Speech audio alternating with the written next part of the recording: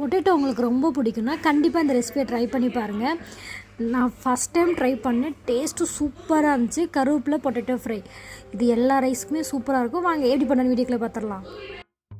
வச்சு oil add பண்ணிக்கோங்க. இது வெடிச்சிருச்சு. 2 உருளைக்கிழங்கு வந்து மிளகா தோலெல்லாம் நீக்கிட்டு கட் பண்ணி வச்சுருக்கேன். ஆட் பண்ணிக்கிறேன்.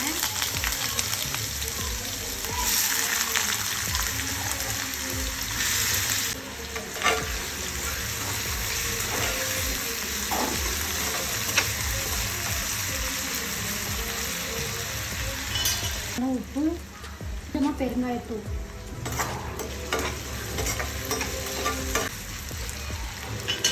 இட்டு போட்டு உருளைக்கிழங்கு வேக வச்சு எடுத்துக்கோங்க. உருளைக்கிழங்கு நல்லா வெந்துருச்சு. கருவேப்பிலை பொடி நான் ஒரு 1.5 ஸ்பூன் அளவுக்கு ஆட் பண்ணிக்கிறேன். பெப்பர் ஆட் பண்ணிக்கிறேன். உங்களுக்கு காரத்தை அந்த மாதிரி நீங்கள் பெப்பர் ஆட் பண்ணிக்கோங்க. இதெல்லாம் மட்டும் அப்படியே எண்ணெயிலே நல்லா மிக்ஸ் பண்ணி விடுங்க.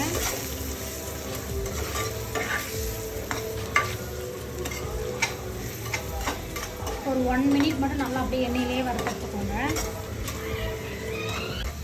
அடுப்பு மீடியம் ஃப்ளேம்லேயே காமிச்சிட்டு பண்ணினா கரெக்டாக இருக்கும்.